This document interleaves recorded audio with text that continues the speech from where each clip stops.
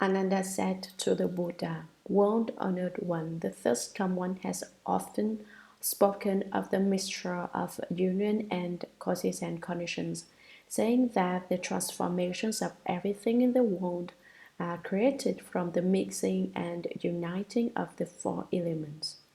Why does the thirst come one reject causes and conditions and spontaneity as well?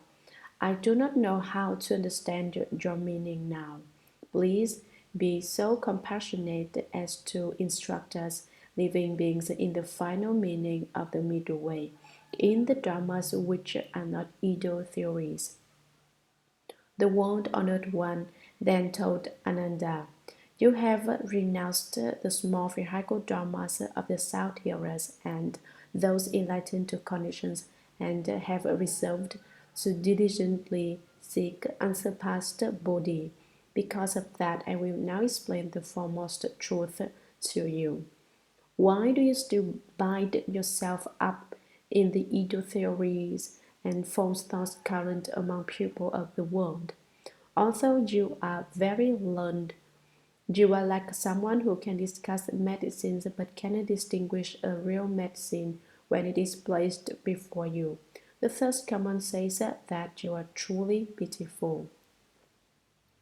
Listen attentively now as I explain this point in detail for you and also for those of the future who cultivate the great vehicle, so that you all can penetrate to the real appearance." Ananda was silent and awaited the Buddha's holy instruction. "Ananda, according to what you said, the mixing and uniting of the four elements create the myriad transformations of everything in the world. Ananda, if the nature of those elements does not mix and unite in substance, then they cannot combine with other elements, just as empty space cannot combine with forms. Assuming that they do mix and unite, they are then only in a process of transformation in which they depend on one another for existence from beginning to end. In the course of transformation, they are produced and extinguished, being born and then dying, dying and then being born, in birth after birth, in death after death. The way a torch spun in a circle forms an unbroken wheel of flame. Ananda, the process is like water becoming ice and ice becoming water again. Consider the nature of earth. Its coarse particles make up the great earth. Its fine particles make up most of dust, down to and including most of dust bordering upon emptiness. If one divides those fine motes of dust, their appearance is at the boundaries of form. They then divide those into 7 parts. Ananda, if this mote of dust bordering upon emptiness is divided and becomes emptiness, it should be that emptiness can give rise to form. Just now, you asked if mixing and uniting doesn't bring about the transformations of everything in the world. You should carefully consider how much emptiness mixes and unites to make a single mote of dust bordering upon emptiness, since it makes no sense to say that dust bordering on emptiness is composed of dust bordering on emptiness. Moreover, since most of dust bordering upon emptiness can be reduced to emptiness, of how many motes of such form as this must emptiness be composed? When this motes of form mass together, a mass of form does not make emptiness. When emptiness is massed together, a mass of emptiness does not make form. Besides, although form can be divided, how can emptiness be massed together? You simply do not know that in the treasury of the first command, the nature of form is true emptiness, and the nature of emptiness is true form. Pure at its origin, it pervades the Dharma realm. It occurs with living beings' minds in response to their capacity to know. It is experienced to whatever extent is dictated by the law of karma. Ignorant of this fact, people in the world are so deluded as to assign its origin to causes and conditions or to spontaneity.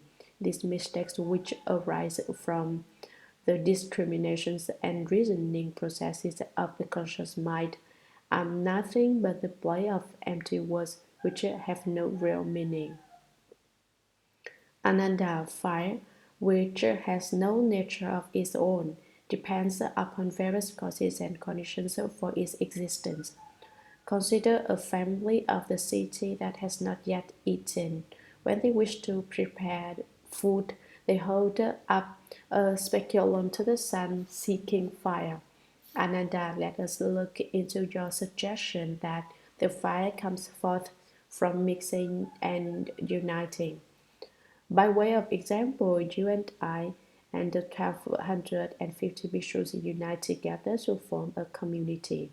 However, a careful analysis of the community reveals that every member composing it has his own body, birthplace, clan, and name.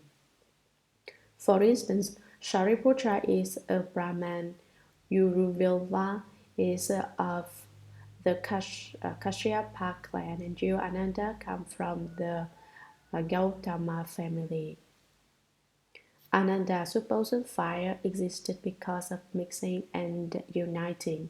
When the hand holds up the speculum to the sun, seeking fire, to seek fire, does a fire come out of the speculum?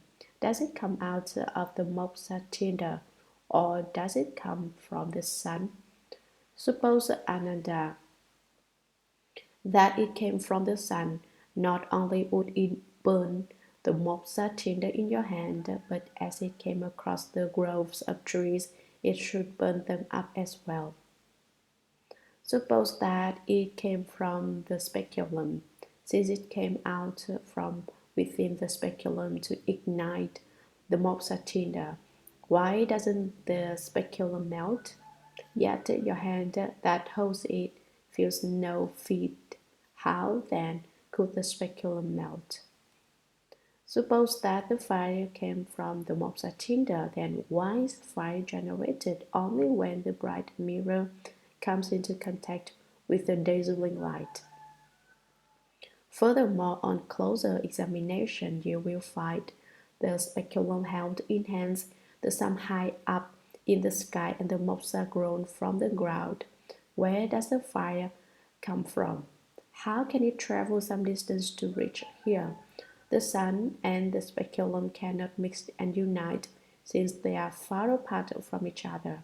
Nor can it be that the fire exists spontaneously without an origin. You simply do not know that in the treasury of the first command, the nature of fire is true emptiness, and the nature of emptiness is true fire. Pure at its origin, it pervades the Dharma realm. It occurs with living beings' minds in response to their capacity to know. Ananda, you should know that fire is generated in the place where the speculum is held up to the sunlight, and fire will be generated everywhere if speculum are held up to the sunlight throughout the Dharma realm. Since fire can come forth throughout the whole world, can there be any fixed place to which it is confined? It is experienced to whatever extent is dictated by the law of karma. Ignorant of this fact, people in the world are so deluded as to assign its origin to causes and conditions or to spontaneity. These mistakes, which arise from the discriminations and reasoning processes of the conscious mind, are nothing but the play of empty words which have no real meaning. Ananda, water is by nature unstable. It may keep on flowing or come to a stop. Kapila, Chakra, Padma, and Hasta, and other great magicians of Shravasti often hold up instruments to the light of the full moon at midnight to extract from the moon the essence of water to mix with their drugs. Does the water come out of the crystal ball? Does it exist of itself in space, or does it come from the moon? Ananda supposed the water came from the distant moon. Water then should also flow from all the grass and trees when the moonlight passes over them on its way to the crystal ball. If it doesn't flow from them, why wait for it to come out of the crystal ball? If it does not flow from the trees, then it is clear that the water does not descend from the moon. If it came from the crystal balls, then it should flow from the crystal all the time. Why would they have to wait for midnight and the light of the full moon to receive it? If it came from space, which is by nature boundless, it would flow everywhere until everything between earth and sky was submerged. How then could there still be travel by water, land, and space? Furthermore, upon closer examination, you will find that the moon moves through the sky. The crystal ball is held in the hand, and the pan for receiving the water is put there by someone. But where does the water that flows into the pan come from? The moon and the crystal balls cannot mix or unite, since they are far apart, nor can it be that the essence of water exists spontaneously without an origin. You still do not know that in the treasury of the first command the nature of water is true emptiness, and the nature of emptiness is true water.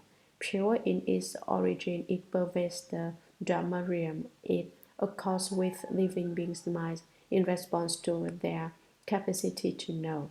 A crystal ball is held up at a certain place, and there water comes forth.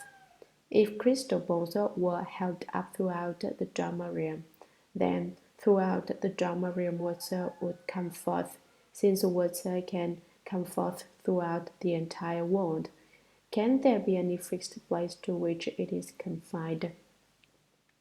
It is experienced to whatever extent is dictated by the law of karma. Ignorant of this fact, people in the world are so deluded as to assign their origin to causes and conditions or to spontaneity. These mistakes, which arise from the discriminations and reasoning processes of the conscious mind, are nothing but the play of empty words which have no real meaning. Ananda, by nature, the wind has no substance, and its movements and stillness are erratic. You always adjust your rope as you enter the great assembly. When the corner of your samgati brushes the person next to you, there is a slight breeze which stirs against that person's face. Does this wind come from the corner of the kashaya?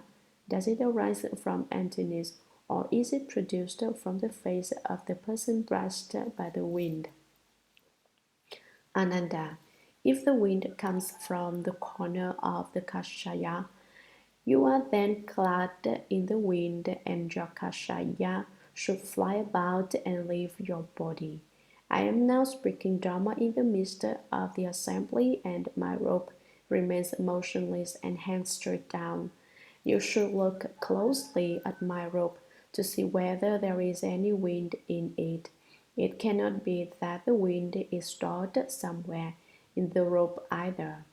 If it arose from emptiness, why wouldn't the wind brush against the man even when your robe did not move? Emptiness is constant in nature, thus the wind should constantly arise. When there was no wind, the emptiness should disappear. You can perceive the disappearance of the wind, but what would the disappearance of emptiness look like? If it did arise and disappear, it could not be what is called emptiness. Since it is what is called emptiness, how can it generate wind? If the wind came from the face of the person by your side, It would blow up on you while you set your robe in order. Why would it blow backwards upon the person from whom it was generated? Upon closer examination, you will find that the robe is set in order by yourself. The face blown by the wind belongs to the person by your side, and the emptiness is tranquil and not involved in movement. Where, then, does the wind come from that blows in this place? The wind and emptiness cannot mix and unite, since they are different from each other. Nor should it be that the wind spontaneously exists without an origin. You still do not know that in the treasury of the first command, the nature of wind is true emptiness, and the nature of emptiness is true wind. Pure at its origin, it pervades the Dharma realm. It occurs with living beings, minds, in response to their capacity to know. Ananda, in the same way that you, as one person, move your rope slightly and a small wind arises, so a wind arises in all countries if there is a similar movement throughout the Dharma realm, since it can be produced throughout the world. How can there be any fixed place to which it is confined? It is experienced to whatever extent is dictated by the law of karma. Ignorant of this fact, people in the world are so deluded as to assign their origin to causes and conditions or to spontaneity. These mistakes, which arise from the discriminations and reasoning processes of the conscious mind, are nothing but the play of empty words which bear no real meaning. Ananda, the nature of emptiness has no shape. It is only apparent because of form. For instance, Shravasti is far from the river, so when the Kshatriyas, Brahmans, Vaishyas, Shudras, Bharadvayas, Chandalas, and so forth build their homes there. They dig wells seeking water. Where a foot of earth is removed, there is a foot of emptiness. Where as many as 10 feet of earth are removed, there are 10 feet of emptiness.